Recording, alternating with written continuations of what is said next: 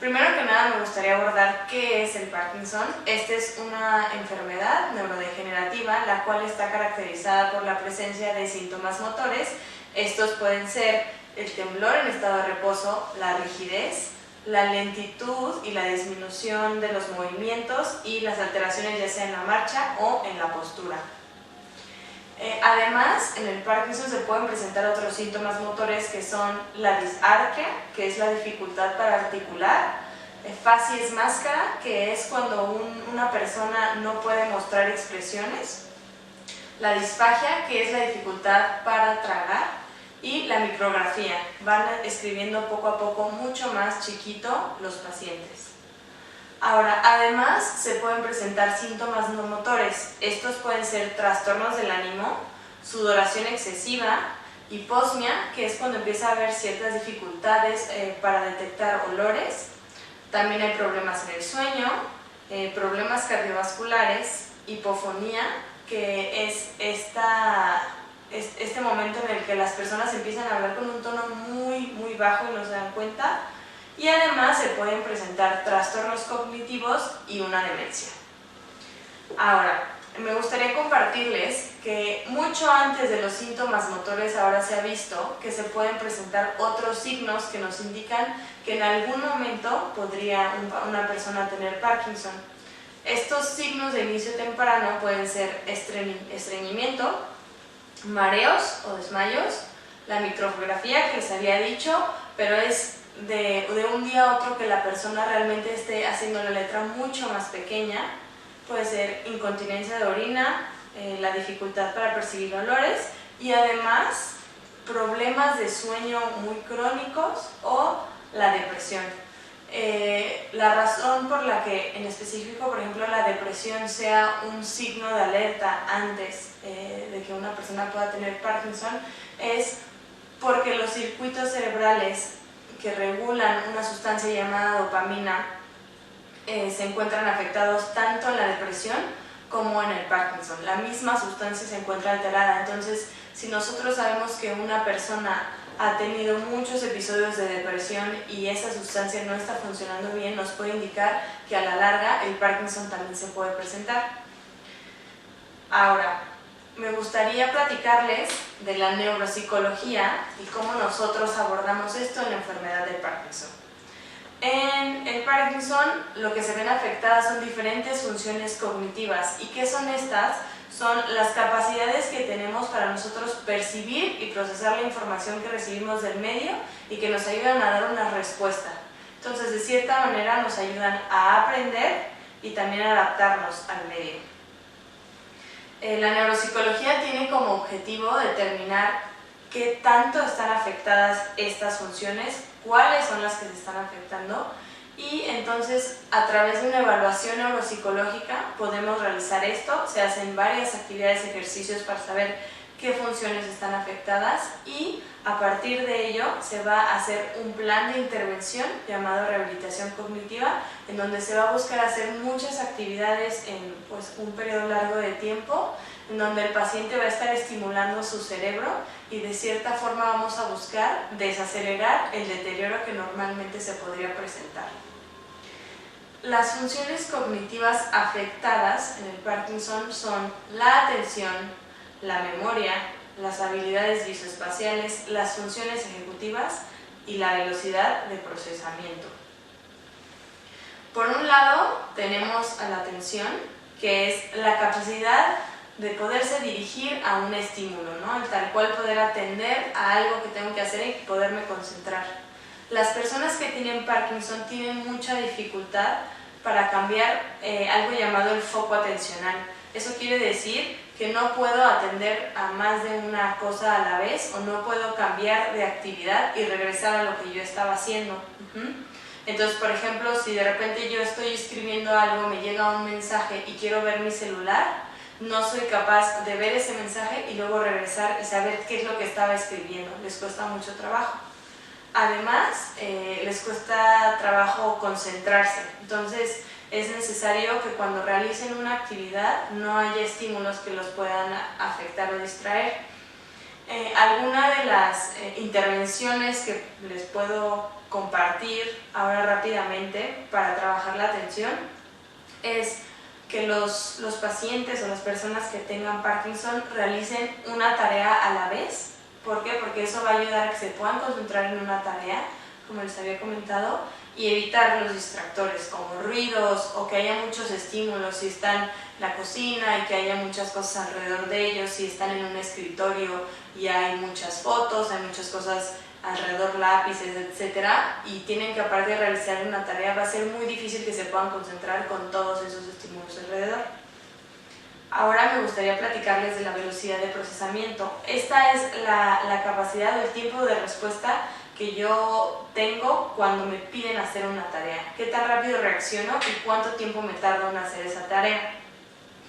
Las personas con Parkinson tienen dificultad en esto y entonces va a haber mucha dificultad al procesar la información, lo van a hacer mucho más lento, que lo podemos ver relacionado con uno de los síntomas motores principales, que es que los movimientos empiezan a ser más lentos, pues también la información se empieza a procesar mucho más lenta y entonces va a haber un déficit en ese tiempo de reacción, ¿no? Voy a hacer las cosas más lentas que lo hacía antes.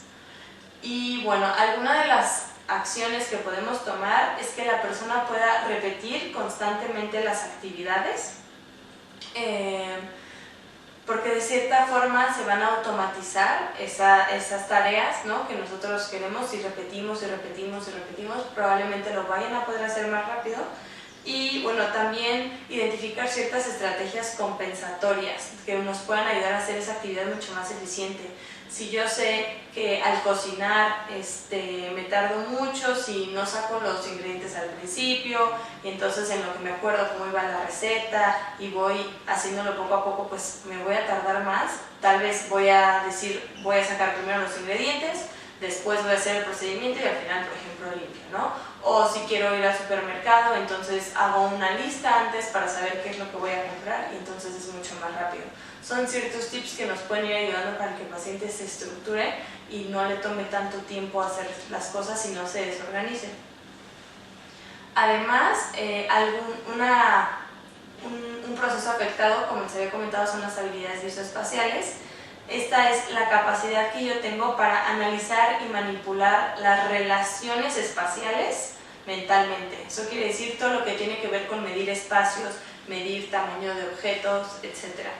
Entonces, esto se encuentra afectado. Las personas que tienen Parkinson no pueden medir bien las distancias. Entonces, si viene alguien hacia mí, no sé el movimiento que haga, o sea, no puedo medir qué tan cerca está de mí la persona. Si voy a bajar escaleras, no sé qué tan profundo está el escalón, me cuesta mucho trabajo y entonces estoy midiéndolo, pero me puedo caer. Les cuesta mucho trabajo también leer, seguir los renglones. ¿Por qué? Porque entonces no dimensiono los espacios que hay entre los renglones y los mismos renglones y me puedo perder al leer. Y también les cuesta mucho trabajo medir la velocidad de un objeto en movimiento. Entonces, si ven un coche que viene o que va a pasar al lado de ellos, no saben en qué momento exacto va a pasar y si por ejemplo no midieran, pues pueden ocasionar un accidente. Entonces sería bastante grave.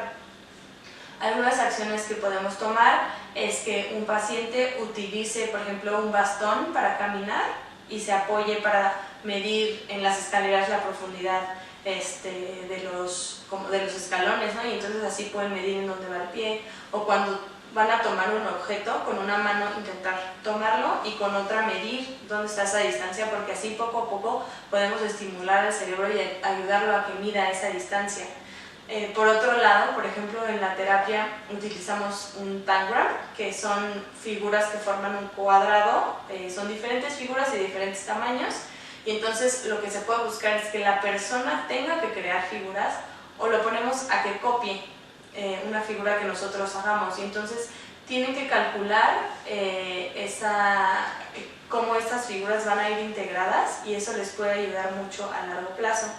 Y bueno, además les pediríamos una copia de figuras con lápiz. Eso también poco a poco los puede ir ayudando. Ahora, la memoria que también se ve afectada, esta es nuestra capacidad para registrar información, almacenarla en el cerebro y después recuperarla o recordar, ¿no? Cuando algo necesito, yo me voy a acordar de esa información. Eso es lo que pasa normalmente. En los pacientes con Parkinson no toda la memoria se ve afectada, pero sí tienen dificultad para aprender cosas nuevas y para recordar datos específicos. Entonces, si yo quiero enseñarle algo en una clase, por ejemplo, que fuera, o sea, yoga o una clase de cocina, le va a costar mucho trabajo un día la persona hacerlo solo o sola. Entonces, algo que podemos hacer para ayudarles en esto es utilizar apoyos visuales cuando aprenden alguna tarea o actividad nueva. Entonces, tarjetitas o en una cartulina muy grande y poniendo imágenes en orden, por ejemplo, en orden cronológico, les puede ayudar mucho, porque cuando aprendan la actividad la van a ver, la van a escuchar porque se los vamos a estar diciendo y aparte lo van a hacer. Entonces, al activar diferentes sentidos en el cerebro, ¿no? Estoy aprendiendo haciendo, viendo y escuchando, se activan diferentes circuitos, se llaman cerebrales, y entonces se puede consolidar mucho mejor el aprendizaje que si solo lo ve tal vez el paciente. Además, es muy importante que utilicen agendas o calendarios porque les puede empezar a costar trabajo organizarse y se les olvida, por ejemplo, si se tienen que tomar algún medicamento. Entonces, si nosotros usamos este tipo de cosas, nos puede ayudar mucho más a que se organicen y pues que no se les olvide al final. Además, al aprender ciertas tareas, podemos dividir el procedimiento en actividades mucho más chiquitas. Entonces, en vez de decirle que tiene que hacer un resumen, no sé, de su vida, vamos a decirle como, ay, dime algo que hiciste cuando eras chiquito, tenías 5 años, y cuando tuviste 15, etc. Entonces, las tareas las vamos dividiendo y es mucho más fácil que ellos puedan recordarlo a que si les pedimos como una cantidad de información muy grande. Y la última actividad o la última estrategia que les puedo recomendar es algo llamado aprendizaje sin errores. Es poner ciertas actividades que sabemos que no se van a equivocar y que son muy sencillas. Entonces, cuando la persona lo hace, realmente siente que está aprendiendo, siente que puede, y entonces es mucho más fácil que eso se quede en la memoria a que si se están equivocando constantemente y se frustran y hay como un aspecto negativo. Entonces, esto les ayuda mucho. Por último, a las que se encuentran también muy afectadas son las funciones ejecutivas. Estos son varios procesos del cerebro que, digamos, nos diferencian bastante de otras criaturas, ¿no? De los animales, etc. Entonces, algunas de estas que se encuentran deterioradas son la planificación, la memoria de trabajo, la flexibilidad cognitiva y la fluidez verbal. La planificación, en la planificación los pacientes empiezan a tener dificultad para anticipar o realizar una tarea como tal, o no sé qué pasos voy a seguir para alcanzar una meta. Entonces, algo que podemos hacer para ayudarles es dividir esa meta igual en pasos y usar una agenda, también un calendario, o de cierta forma escribirlo para que a la persona le sea mucho más fácil visualizarlo y saber qué paso es el que sigue. Ahora, en cuanto a la memoria de trabajo, en esta se presenta la dificultad para retener cierta información y manipularla en el cerebro mentalmente. Si me acaban de decir algunas fechas o algunos datos que yo tengo que retener para después escribir, por ejemplo, una persona con Parkinson no lo va a poder hacer. Entonces, algo que podemos hacer para estimular eso es de repente hacer ejercicios sencillos de aritmética que tal vez puedan hacer, o que tengan que retener ciertas palabras y modificar el orden, etc., ¿no? Esto les puede ayudar un poco, y también podemos utilizar herramientas tan sencillas como el sudoku, o sea, que son sencillas de conseguir. Entonces, eso les puede ayudar un poco a estimular la memoria de trabajo. En cuanto a la flexibilidad cognitiva, esto es la capacidad que nosotros tenemos de adaptar nuestra respuesta, nuestra conducta, cuando, o sea, después de que nosotros realizamos alguna acción y el medio, o sea, ya sea alguna consecuencia de lo que hicimos o que alguien nos lo diga, que estamos equivocados, que nosotros seamos capaces de adaptar esa respuesta, ¿no? Entonces, si yo ya sé que estuve mal, normalmente voy a decir, ok, no era por aquí, entonces ahora voy a realizar esto. para los pacientes con Parkinson es muy difícil, son muy rígidos. Entonces, algo que les puede ayudar, por ejemplo, es hacer actividades como el Pictionary, que le estoy pidiendo que me exprese un concepto dibujando, que es algo que normalmente no haría, o pedirle una descripción alternativa de conceptos. No quiero que me digas que es una silla, que es una mesa, pero sin decirme es un objeto de 4 patas o es un mueble. Entonces buscamos que la persona describa y utilice otras áreas de su cerebro para como explicar estos conceptos, y eso nos puede ayudar mucho a que no sean tan rígidos. Y por último, alternar tareas. Esto tiene que ser muy paulatinamente, pero que la persona sea capaz de ir a una tarea y después regresar a otra cosa que estaba haciendo, eso nos puede ayudar poco a poco. Por último, la última función ejecutiva que se encuentra afectada es la fluidez verbal, y esta es la dificultad que nosotros tenemos para acceder al vocabulario, digamos, en el cerebro. Entonces hay veces que ya no me acuerdo de algunos muebles, de algunos animales, de ciertas cosas, o de palabras que empiezan con cierta letra, me puede costar mucho trabajo acordarme. Y entonces algo que podemos hacer para apoyarnos en esto es hacer como listas de palabras, presentarle a la persona ciertas tarjetitas como de categorías, y entonces poco a poco vamos estimulando que la persona, por ejemplo, vea la imagen de la silla y entonces ya se acuerde que es una silla, porque no es que no sepan qué es, sino que no pueden decir el nombre. Entonces eso es importante estarlo trabajando. Otros aspectos a considerar en la neuropsicología son que, uno, los pacientes con enfermedad de Parkinson pueden desarrollar deterioro cognitivo leve o demencia, y esto puede ser dependiendo de la edad en el que haya iniciado como el Parkinson en sí, todos los síntomas motores, la gravedad de esos síntomas, si antes hubo un pequeño deterioro o algo estaba fallando, y en específico de la demencia, si de repente los pacientes empiezan a tener o presentar alucinaciones, entonces es un foco rojo de que que el deterioro cognitivo está avanzando. Y además es muy común, como les había mencionado al principio, que los pacientes puedan presentar depresión mucho antes, pero cuando ya se da el diagnóstico, también puede que veamos que presentan depresión o ansiedad, ¿no? Es muy difícil cuando nos dicen que tenemos cierta enfermedad aceptar que tenemos alguna dificultad, y entonces se puede presentar otra vez la depresión, y es algo que tenemos que tratar, ¿no? Se manifiesta, y es muy importante que los pacientes, por ejemplo, vayan a psicoterapia para tratar eso. Me gustaría puntualizar, es muy importante recordar que no todos los pacientes van a tener las mismas deficiencias en los procesos cognitivos, no todos presentan pueden solamente variar, y no todos van a presentar demencia. Depende mucho del avance, del deterioro de las funciones y pues qué tan temprano se ha detectado el Parkinson. Es muy importante que si sabemos desde antes que hay algo mal por ahí, una intervención temprana, porque eso nos va a ayudar a que la demencia no se presente o que alarguemos el proceso antes de que se vaya a presentar en la persona. Es por eso que es muy importante la reserva cognitiva, que esta es como todas las capacidades que tenemos cerebralmente, cómo funcionan, necesitamos que estén bien, de cierta manera que estén fuertes, lo podríamos decir coloquialmente. Entonces, mientras más entrenemos a nuestro cerebro, nosotros estemos más activos, hagamos diferentes tareas, por ejemplo, la gente que igual trabaja mucho o va a diferentes clases, hace también actividad física, eso ayuda a que el cerebro esté mucho más fuerte y que cuando se presenten todos estos síntomas o dificultades, entonces el cerebro pueda aguantar de cierta forma mucho más y no se deteriore tan rápido que como si no tuviéramos ninguna actividad.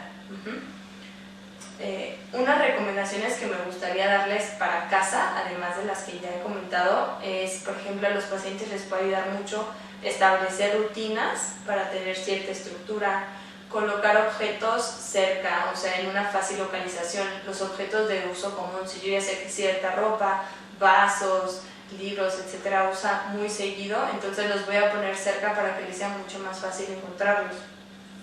tener un calendario de actividades del mes, de la semana, para que igual se puedan organizar, apoyarse en las tarjetas visuales para aprender cosas nuevas como se los había mencionado.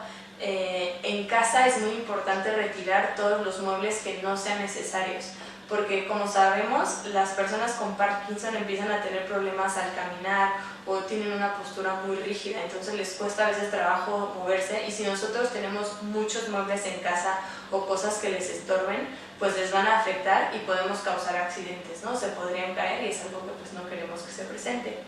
Además, en la lectura sí podemos tratar de que utilicen tarjetas o alguna regla que los ayude a llevar cada renglón para que no se pierdan y pues que de cierta forma no se frustren. A veces hay que revisar cuando empezamos a ver estos problemas de habilidades visoespaciales si tienen algún problema de vista orgánico, ¿no? Si necesitan usar lentes tal cual. Y se recomienda hacer una actividad a la vez para que puedan enfocar en su atención y darles tiempos como de receso, ¿no? entre actividades para que no se sientan tan cansados. Y bueno, además, se lo repito, para los medicamentos en especial es muy importante tener alarmas, tener agenda para que no se les vaya a olvidar tomarlos.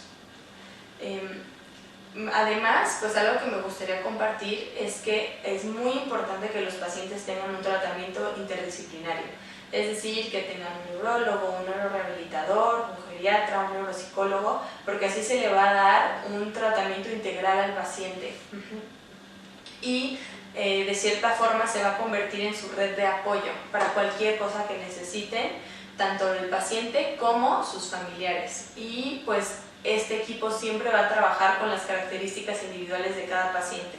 Cada caso es diferente y entonces siempre vamos a buscar apoyar y de alguna manera estar para el paciente pues, para lo que necesite, ¿no? Algo muy importante es que se debe buscar que los pacientes hagan actividad física, que vayan a rehabilitación neuropsicológica, a psicoterapia emocional para tratar la depresión si se presenta, a neurorehabilitación, que siempre sigan con su tratamiento farmacológico y también a veces es importante, y si lo desean, ir a grupos de apoyo.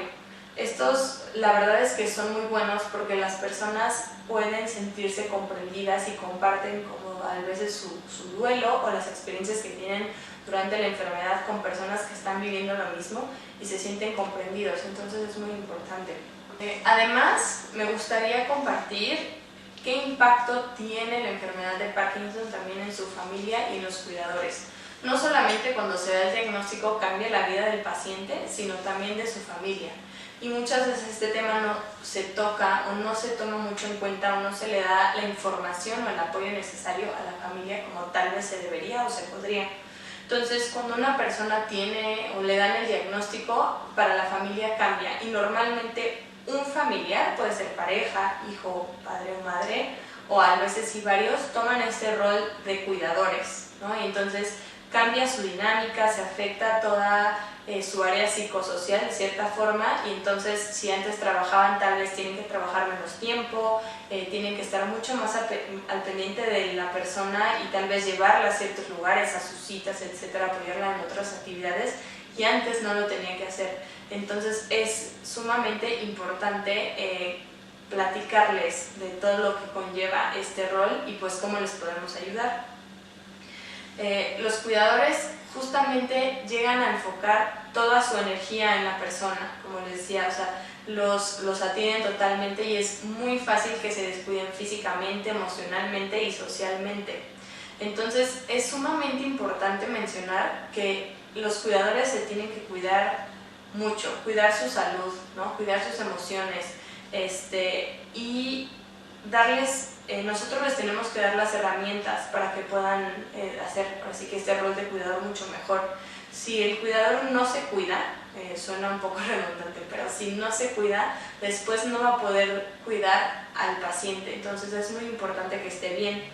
Les recomiendo también que si es necesario vayan tanto a psicoterapia, ya sea de pareja, de familia o individual, que vayan a grupos de apoyo, con otros cuidadores también hay, y pues que toda la información que necesiten se la piden justamente hay que pedirla al equipo, ¿no? Al doctor, al neuropsicólogo, al neurorehabilitador, ¿Qué es lo que tengo que hacer para yo ayudar al paciente, ¿no? A esta persona, a mi familiar?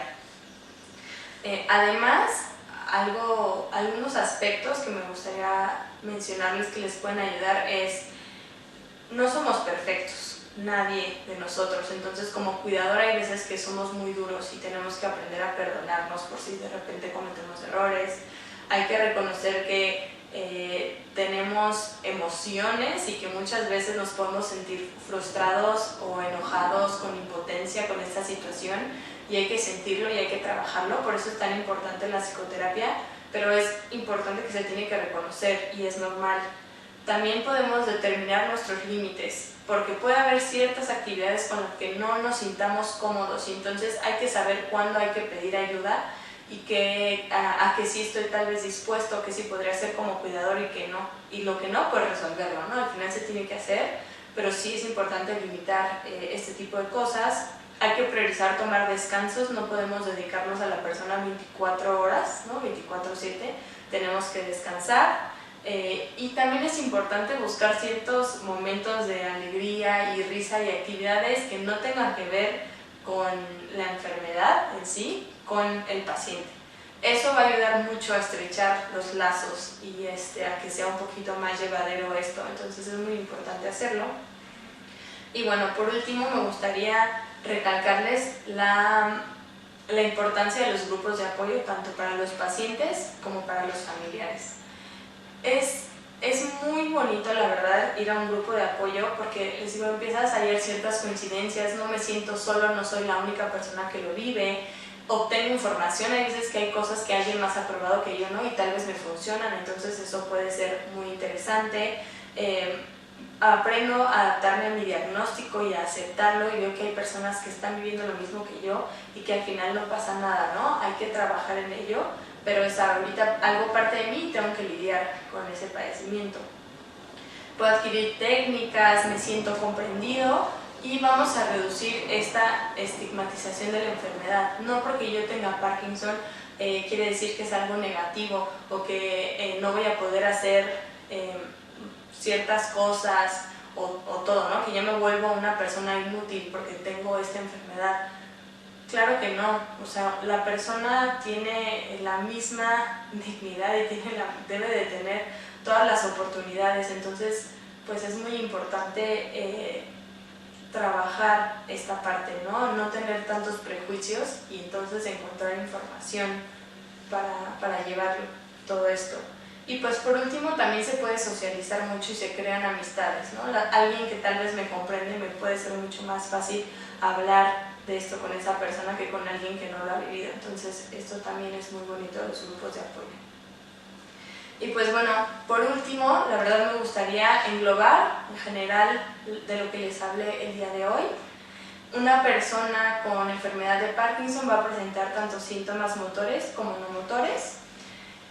Hablando en la parte neuropsicológica en la enfermedad, es muy importante siempre mantenerse activo, mantener la mente activa, porque eso va a desacelerar el deterioro, ¿no? Y nos puede evitar un diagnóstico de demencia.